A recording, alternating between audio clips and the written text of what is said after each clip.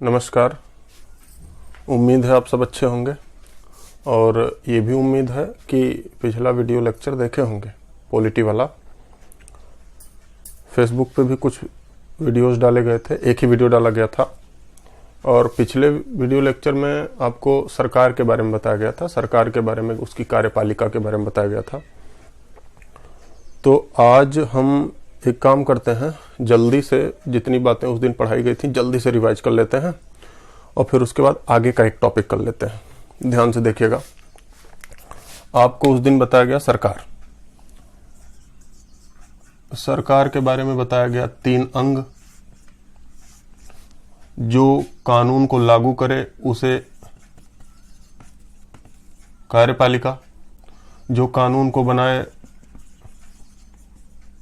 विधायिका, जो नियम कानून का परीक्षण करे उसे न्यायपालिका। आपको पिछले वीडियो लेक्चर में ये एग्जीक्यूटिव के बारे में बता दिया गया था, तो इसे हम आज रिवाइज करेंगे। उसके बाद फिर लेजिस्लेचर आज पढ़ लेंगे। अच्छा, ये टॉपिक पढ़ने के दौरान आपको हल्का फुल्का संविधान के प्रकार की भी समझ होनी चाहिए, जैसा कि अभी बताऊंगा। गवर्नमेंट में एग्जीक्यूटिव को जल्दी से रिवाइज करते हैं जो उस दिन पढ़ा गया था, ध्यान दीजिएगा। कार्यपालिका में आपको बताया गया था सरकार का ऐसा अंग जो नियम कानून को लागू करे, लॉ इन्फोर्समेंट बॉडी। फिर आपको बताया गया ये 2 प्रकार की होती है, एक परमानेंट और एक नॉन परमानेंट। जल्दी रिवाइज करना है, कॉपी वगैरह नोट्स अगर जो आप नोट किए होंगे तो उसे देख लीजिए जल्दी। परमानेंट और नॉन परमानेंट। परमानेंट में ऑल इंडिया सर्विस के लोग आते हैं, नॉन परमानेंट पॉलिटिकल एग्जीक्यूटिव होती है क्योंकि चुन के लोग आते हैं। फिर आपको इसमें बताया गया नॉन परमानेंट में 4 प्रकार का। एक प्रकार यूएसए में है जो आपको बताया गया था प्रेसिडेंशियल। दूसरा प्रकार आपका इंडिया और यूके में है जो आपको बताया गया था पार्लियामेंट्री। तीसरा और चौथा बताया गया था डुअल और प्लूरल जो क्रमशः फ्रांस और स्विट्जरलैंड में है।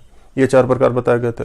फिर आपको बताया गया था प्रेसिडेंशियल में, क्योंकि वो यूएसए में है तो इसलिए भारत की तुलना हमने कर दी थी कि यूएसए की संसद को कांग्रेस कहा जाता है, वहां की राज्यसभा को सीनेट कहा जाता है, वहां की लोकसभा को हाउस ऑफ रिप्रेजेंटेटिव कहा जाता है। सीनेट में वहां प्रति राज्यों से 2 ही मेंबर आते हैं, इसलिए 100 मेंबर होते हैं। हाउस ऑफ रिप्रेजेंटेटिव में वहां 425 मेंबर आते हैं।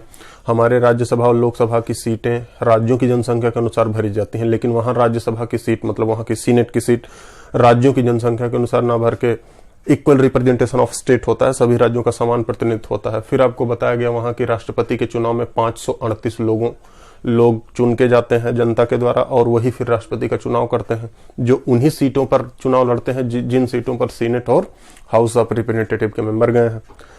फिर आपको पार्लियामेंट्री के बारे में बताया गया। इंडिया का ऐसे बताया गया कि इंडिया के हम लोग लेजिस्लेटिव मेंबर्स को चुनते हैं, वो चाहे संसद के सदस्य हों या राज्यों में विधानमंडल के सदस्य हों। उसके बाद वहां से सिलेक्ट हो जाती है सरकार जिस पार्टी का अधिक बहुमत आया। फिर आपको तुलना बता दिया गया पार्लियामेंट्री और प्रेसिडेंशियल में तुलना कि भाई प्रेसिडेंशियल में मंत्री पद कोई भी धारण कर सकता है। कहने का मतलब वहां कार्यपालिका और विधायिका एकदम अलग होती है, एग्जीक्यूटिव और लेजिस्लेचर एकदम अलग होती है।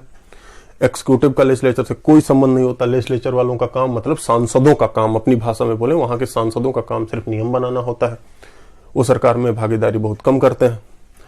उसके बाद दूसरे पॉइंट में पार्लियामेंट्री में बताया गया कि हमारी जो सरकार है, हमारी जो कार्यपालिका है, हमारी कार्यपालिका लेजिस्लेचर से ही निकल के आती है, इसीलिए तो पार्लियामेंट्री कहा गया।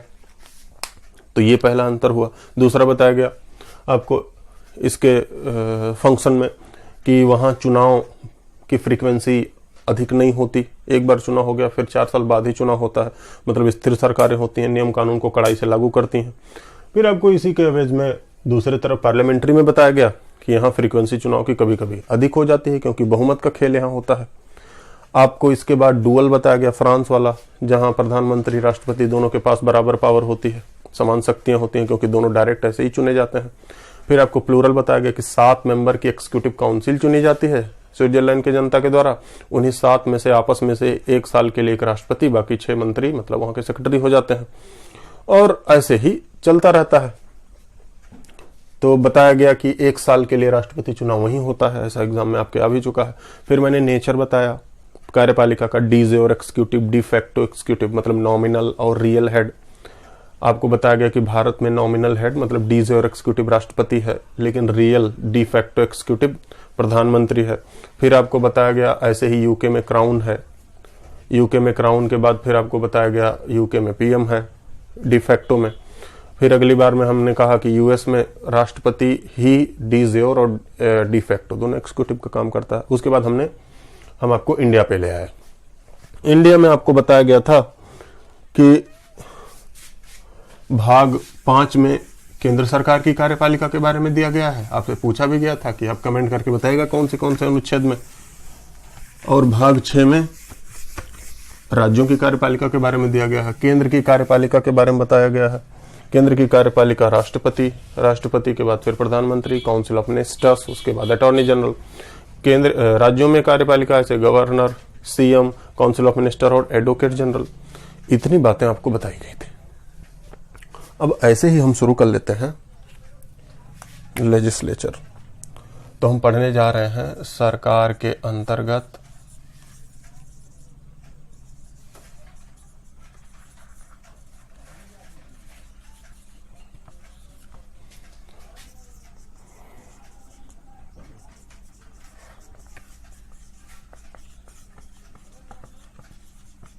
कानून को निर्माण करने वाली संस्था। कानून को निर्माण करने वाली संस्था को कहा जाता है विधायिका।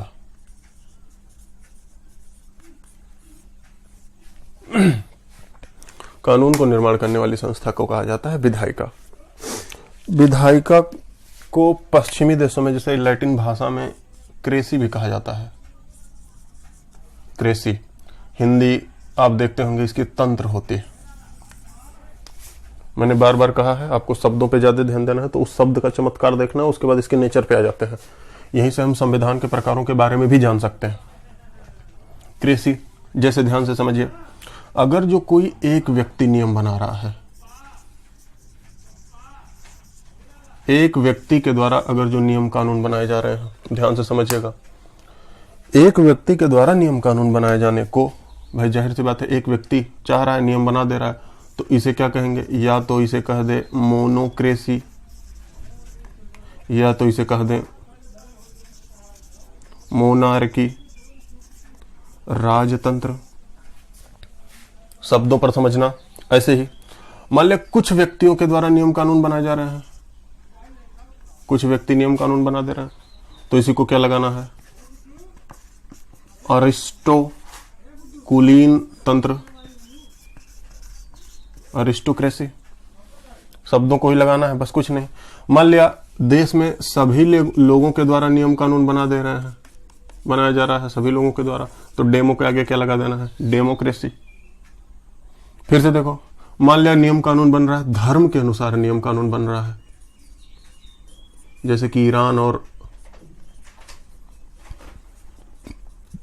रोम में अब भी होता है, तो थियोक्रेसी, धर्मतंत्र। बुढ़ों के द्वारा नियम बना दिया जाए, जराक्रेसी, जेरेंटोक्रेसी। महिलाओं के द्वारा नियम कानून बना दिया जाए, फेमिनोक्रेसी या वुमेनोक्रेसी, जो भी आप कह सकते हैं। नौकरशाहों के द्वारा नियम कानून बना दिया जा रहा है, तो ब्यूरोक्रेसी। इन सब शब्दों को आपको समझना है। विधायिका का जो नेचर होता है पूरी दुनिया में वो दो प्रकार का पाया गया है। इसे स्क्रीनशॉट ले सकते हो। विधायिका का नेचर दो प्रकार का है, ध्यान से समझिएगा। विधायिका पूरी दुनिया में विधायिका दो प्रकार की है। नंबर पहला, ये दूसरा। पहला देखो, पहले प्रकार की विधायिका को यूनिटरल, एकात्मक विधायिका कहते हैं। ध्यान दीजिएगा, इस बार के बीपीएससी प्री वाले एग्जाम में ये क्वेश्चन आ चुका है, तो ध्यान से समझना। यूनिटरल लेजिस्लेचर, फिर से इसका उल्टा कह सकते हैं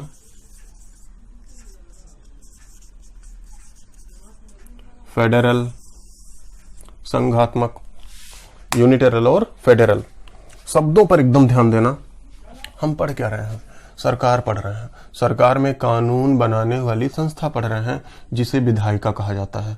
कानून बनाने वाली संस्था वो भी यूनिटेरल, मतलब एक।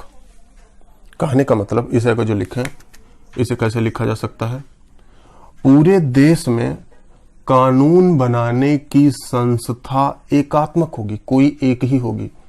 देश में हर जगह कानून नहीं बन रहा होगा, ऐसी ही विधायिका को एकात्मक विधायिका कहते हैं। जैसे मैं लिख रहा हूं,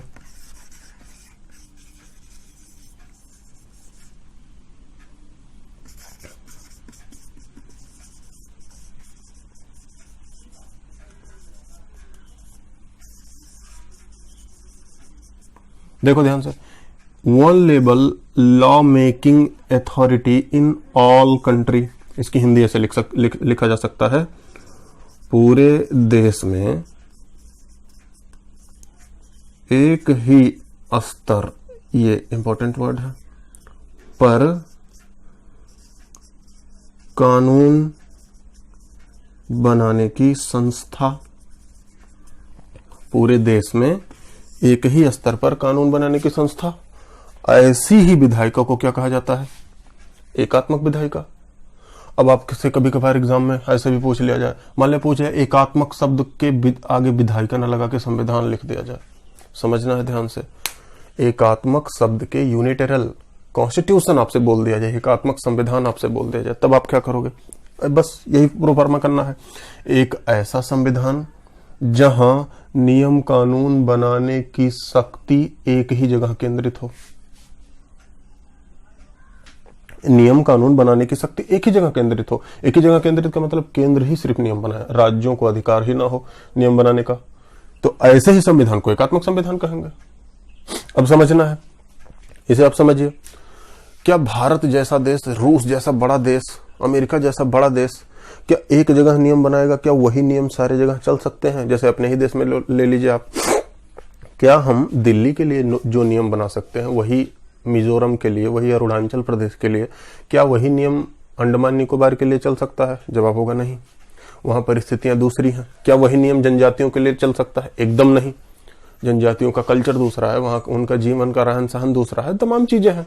मतलब एकात्मक विधायिका जो होती है, या एकात्मक सरकार भी आपसे पूछा जाता है, एकात्मक विधायिका वो किसके लिए? छोटे देशों के लिए।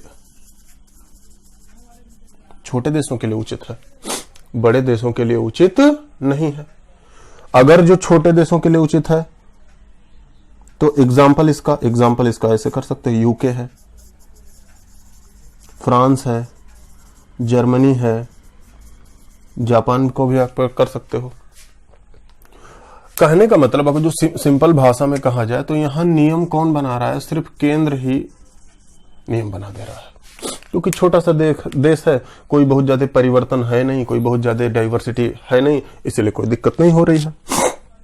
इसके उल्टा अगर जो आप देखें तो देखो, संघात्मक, एकात्मक में हमने क्या पढ़ा? एक ही स्तर पर नियम कानून बनाने की संस्था, तो यहां हम क्या लिख कर देंगे? विभिन्न स्तर पर नियम बनाने की संस्था हो। अब ये विभिन्न स्तर पर नियम क्या मतलब? केंद्र सरकार अलग नियम बना दे, राज्य सरकारें अलग नियम बनाएं, कोई और काउंसिल हो वो भी अलग नियम बना रही है, समझिएगा। तो अब इसी के आगे जैसे यहां हमने देखा था फेडरल यूनिटेरल कॉन्स्टिट्यूशन, फेडरल कॉन्स्टिट्यूशन हम देख सकते हैं, एक ऐसा संविधान जहां नियम कानून बनाने की शक्ति भिन्न भिन्न स्तरों पर बांट दी गई हो, एक ऐसा संविधान। और ये किसके लिए उचित हो सकता है? ये बड़े देशों के लिए उचित हो सकता है। एग्जाम्पल में हम क्या लिख सकते हैं? यूएस लिख सकते हैं। एग्जाम्पल में हम क्या लिख सकते हैं? रसिया लिख सकते हैं। ये बड़े देशों के लिए उचित हो सकता है। तो हमने देखा यूनिटेरल, फिर हमने क्या देखा? फेडरल, विधायिका का प्रकार। आप अगर जो इस क्वेश्चन को देखेंगे, जैसे बीपीएससी में पूछा ही गया था, निम्न में से कौन सी व्यवस्था बड़े देशों के लिए उचित नहीं होगी, ऐसे सिंपल सा पूछा गया था। बीपीएससी का इसी बार वाला पेपर उठा के देख सकते हो। तो निम्न में से कौन सी व्यवस्था बड़े देशों के लिए उचित नहीं होगी, तो उसमें फेडरल दिया था, यूनिटेरल भी दिया था। तो उसका सही जवाब यही था, यूनिटरल जैसी व्यवस्था बड़े देशों के लिए उचित न होकर किसके लिए उचित होगी? छोटे देशों के लिए उचित होगी, क्योंकि एक ही स्तर पर नियम बनाना है। अब देखो इसके बाद इसका स्क्रीनशॉट ले सकते हो जल्दी से। यूनिटरल समझिए, कुछ देश ऐसे भी हैं जो ना तो पूरी तरह यूनिटरल फॉलो करते हैं, ना ही पूरी तरह फेडरल फॉलो करते हैं। मतलब उन देशों का संविधान ना तो यूनिटरल है ना तो फेडरल है। तो कैसा है?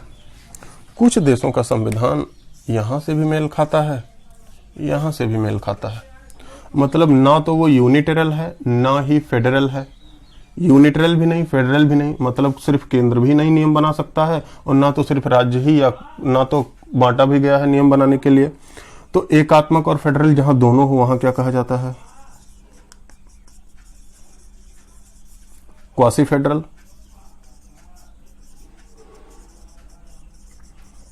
अर्ध संघात्मक, आधा संघात्मक। अर्ध संघात्मक का सिंपल मतलब अगर जो आपको आम बोलचाल की भाषा में बोलें तो यहां जो नियम बनता है वहां सेंट्रल गवर्नमेंट के पास पावर अधिक दे दी गई है स्टेट गवर्नमेंट से। मतलब नियम कानून बनाने की शक्ति सेंट्रल गवर्नमेंट के पास अधिक है स्टेट गवर्नमेंट से। इसके एग्जाम्पल की बात करें तो इसका एग्जाम्पल, सबसे अच्छा एग्जाम्पल कनाडा है। कनाडा से ही इंडिया में लिया गया है। तो अब आप ऐसे कर सकते हो, क्वासी फेडरल कॉन्स्टिट्यूशन, एक ऐसा संविधान जहां राज्य और केंद्र दोनों को नियम बनाने की शक्ति हो, लेकिन केंद्र के पास नियम बनाने की शक्ति राज्यों की तुलना में अधिक हो। ऐसे ही संविधान को क्वासी फेडरल संविधान कहते हैं, या ऐसी विधायिका को अर्धसंघात्मक विधायिका कहा जाता है। एग्जाम्पल कनाडा और इंडिया। इसके बाद हमने पढ़ा विधायिका का नेचर। विधायिका के नेचर के बाद बारी आ जाती है, ध्यान से समझिएगा, विधायिका भारत की। जैसे हमने कार्यपालिका में पढ़ा था, कार्यपालिका सारी पढ़ा, उसके बाद हमने पढ़ लिया भारत की कार्यपालिका। अब इसके बाद विधायिका के बाद भारत की विधायिका। ध्यान से समझना, यहां से ठीक ठाक इस फ्लो चार्ट डायग्राम से ठीक ठाक क्वेश्चन थे एग्जाम में, तो ध्यान से समझना। भारत की विधायिका 3 स्तरों पर है इस समय। स्तर पहला लेवल 1 जिसे संघ की विधायिका कहते हैं, लेवल 2 जिसे राज्य की विधायिका कहते हैं, लेवल 3 जिसे स्थानीय शासन कहते हैं। तुलना करते चले जाओ। संघ की विधायिका, संघ की विधायिका को संसद कहते हैं, जो संविधान के पार्ट 5 में है। इसका अनुच्छेद 79 से 122 तक है। संसद को 99 विषयों पर नियम बनाने की शक्ति है। कहने का मतलब संघ की विधायिका 99 विषयों पर नियम कानून बना सकती है। एग्जाम्पल के लिए जैसे मुद्रा पर केवल संसद नियम बनाती है। नागरिकता, रक्षा, डिफेंस, ऐसे 100 विषय दिए गए हैं। इसी को सेंट्रल लिस्ट भी कहा जाता है। हमारे संविधान में 3 सूचियां हैं, हल्का फुल्का ज्ञान होगा आपको, तो इसी को केंद्रीय सूची भी कहा जा सकता है। और केंद्रीय सूची पर केंद्र की विधायिका नियम बनाती है, मतलब संसद नियम बनाती है। अगली बात, संसद के 3 अंग होते हैं, राष्ट्रपति, राज्यसभा जिसमें 245 मेंबर होते हैं, लोकसभा जिसमें 545 मेंबर होते हैं। आपके एग्जाम में क्वेश्चन आ चुका है कि पूछा गया था निम्न में से कौन सा संसद का अंग नहीं है, दिया गया था उपराष्ट्रपति, राष्ट्रपति, राज्यसभा, लोकसभा, तो उपराष्ट्रपति संसद का अंग नहीं है, संसद के अंग यही है। दूसरे नंबर पे बारी आ जाती है राज्य की विधायिका, दूसरा स्तर। राज्य की विधायिका को 61 विषय पर नियम बनाने के अधिकार हैं, 61 विषय। इसी को स्टेट लिस्ट भी कहा जाता है, स्टेट लिस्ट। राज्य की विधायिका के बारे में जैसे आपको कार्यपालिका में बताया गया था कि पार्ट 5 में 51 से दिया गया था, तो 52 से 78 तक कार्यपालिका थी, तो इसलिए 79 से 122 तक विधायिका है संघ में। ऐसे ही राज्य की विधायिका पार्ट 6 में है संविधान के, जिसका अनुच्छेद 168 से 212 तक है, 212 तक है। राज्य की विधायिका को 61 विषय पर नियम कानून बनाने के अधिकार दिए गए हैं। राज्य की विधायिका के अंतर्गत भी वही 3 अंग आते हैं। राज्यपाल, लेजिस्लेटिव काउंसिल जिसे विधान परिषद भी कहा जाता है, लेजिस्लेटिव असेंबली जिसे विधानसभा के भी कहा जाता है। ध्यान से समझना, कल फेसबुक पे भी मैंने क्लास लिया था, आज फिर यहाँ यूट्यूब पे आपको बता रहा हूँ। भारत में कुछ राज्य ऐसे हैं जिनमें विधान परिषद और विधानसभा भी है। यहाँ देखना, कुछ राज्य ऐसे हैं, उन राज्यों की संख्या इस समय 6 है। पिछले साल अक्टूबर से पहले 7 थी, चूंकि जम्मू कश्मीर यूनियन टेरिटरी बन गया तो अब वहां विधान परिषद है नहीं। तो विधान परिषद और विधानसभा कहने का मतलब 2 सदनों वाली राज्यों की संख्या, 2 सदनों वाले राज्यों की संख्या जिनमें 2 सदन है, राज्यों में 2 हाउस है, विधान परिषद भी है, विधानसभा भी है, उनकी संख्या सिर्फ 6 बची है। उत्तर प्रदेश, बिहार, महाराष्ट्र, कर्नाटक, आंध्र प्रदेश और तेलंगाना, उन 6 राज्य हैं जिसमें विधान परिषद भी है, विधानसभा भी है।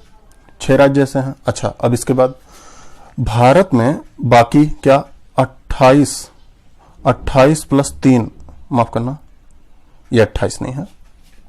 भारत में 22 प्लस 3 राज्य ऐसे हैं जिनमें केवल और केवल लेजिस्लेटिव असेंबली मतलब विधानसभाएं हैं। अच्छा, ये 22 प्लस 3 22 राज्य और 3 केंद्र शासित प्रदेश, 3 यूटी। 3 यूटी में जो जम्मू कश्मीर अभी नया बना है उसमें भी विधान परिषद है, दिल्ली भी में भी विधान परिषद है, पुदुचेरी में भी विधान परिषद है। अगली बारी आ जाती है भारत की विधायिका में तीसरे स्तर की विधायिका। तीसरे स्तर की विधायिका का मतलब तीसरा स्तर जहां नियम कानून बन रहा हो। तीसरे स्तर की विधायिका नई है, मतलब नया का मतलब इसे संविधान में लाया गया 73वें संविधान संशोधन 1992 के द्वारा। ये भारत के संविधान में पार्ट 9 में इसको जगह दिया गया है। अनुच्छेद 243 से 243 ओ तक इसे समझना है। ये बाद में लाया गया तो कोई अनुच्छेद खाली नहीं था, एक 243 खाली था, तो 243 A B C D E F G H I J K L M N O तक इसके बारे में दिया गया है। इसी में सारे अनुच्छेद बना दिए गए हैं। इसमें ग्राम पंचायतों के बारे में दिया गया है। ग्राम पंचायत, ये ग्राम पंचायत मतलब पार्ट 9 में ग्राम पंचायत है। ग्राम पंचायतों को 29 विषय पर नियम बनाने के अधिकार दिए गए हैं। अब इस ग्राम पंचायत वाले पूरे विषय को एक अलग अनुसूची में डाल दिया गया जिसे शेड्यूल 11 कहते हैं। अनुसूची 11, संविधान में अनुसूची 11 थी नहीं, मतलब अनुसूची 11 भी 73वें संविधान संशोधन 1992 के द्वारा आया, जिसमें 29 विषय हैं, ग्राम पंचायतें हैं, पार्ट 9 है। फिर अगली बात, अगला आ गया 74वां संविधान संशोधन। 74वां संविधान संशोधन के द्वारा पार्ट 9A डाला गया, जिसमें अनुच्छेद 243 पी, यहां ओ तक है, पी से 243 जेड जी तक है। 243 पी के बाद P Q R S T U V W X Y Z, Z A, Z B, Z C, ऐसे जी तक है। इसमें सारे प्रावधान दिए गए हैं। इसमें म्युनिसिपैलिटीज हैं, नगर पंचायतें हैं। इसको 18 विषयों पर नियम कानून बनाने के अधिकार हैं और इसे शेड्यूल 12 में डाल दिया गया। मतलब शेड्यूल 12 भी 74वें संविधान संशोधन के द्वारा आया, शेड्यूल 12 में डाल दिया गया। इसे 18 विषय हैं। तो एक बार फिर से रिवाइज करें, 99 विषय पार्लियामेंट को, 61 विषय स्टेट लेजिस्लेचर को, 29 विषय ग्राम पंचायतों को, 18 विषय आपका नगर पंचायतों को। ये सारा क्राइटेरिया है। तो आपका ये भारत का लेजिस्लेचर, भारत की विधायिका, आप पहले पढ़े विधायिका के बारे में, पहले पढ़े लिए यूनिटेरल, फिर पढ़े उसके बाद फेडरल, फेडरल के बाद क्वासी फेडरल, क्वासी फेडरल के बाद हम भारत पे आए।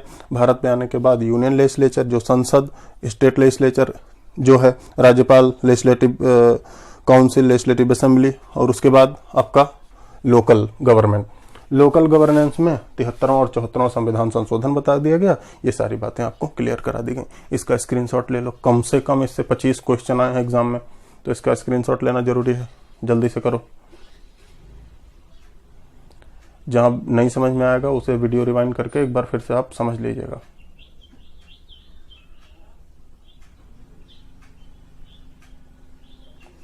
ठीक, तो आज यहीं तक हम रहेंगे।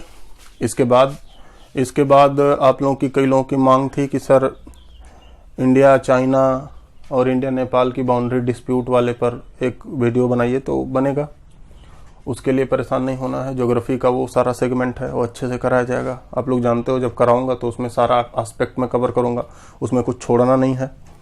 तो पॉलिटी एक बार ये हो गया, लेजिस्लेचर हो गया, एग्जीक्यूटिव हो गया, जुडिशरी हो जाएगा, तो आपका काम बन जाएगा इसमें। उसके बाद हम इंडिया चाइना इंडिया नेपाल वाला बाउंड्री डिस्कस कर लेंगे, फिर ज्योग्राफी शुरू कर देंगे। ठीक है, आज इतना ही। इसे आप लोग देखिए, कमेंट के द्वारा बताइए कैसा लगा और ज्यादा से ज्यादा इसे शेयर कीजिए। ठीक है, थैंक यू।